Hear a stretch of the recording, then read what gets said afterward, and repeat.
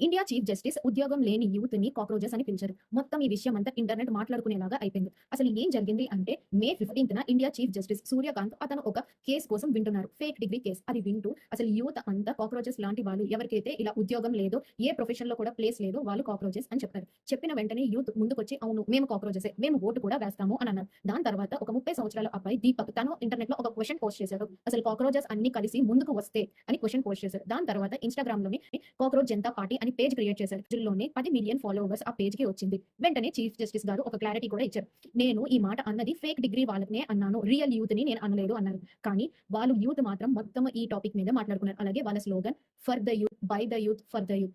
Secularism, socialist, democratic and lazy. ఒక విషయం అయితే చెప్పాలి. ఇది నిజంగా పొలిటికల్ మూవ్‌మెంట్ అవుతుందో లేదో, లేదా ఇంకో మీమ్ లాగా ఇది మారుతుందో లేదో తెలీదు గానీ, మన ఇండియా యూత్ మాత్రం చాలా ఫ్రస్ట్రేటెడ్ గా ఉన్నారు. ఇప్పుడు వాళ్ళు గవర్నమెంట్ ని క్వెషన్ చేయాలనుకుంటున్నారు, మాట్లాడాలని కూడా అనుకుంటున్నారు. మీరు కాక్రోచా కాదా అన్నది కామెంట్ లోని పెట్టండి.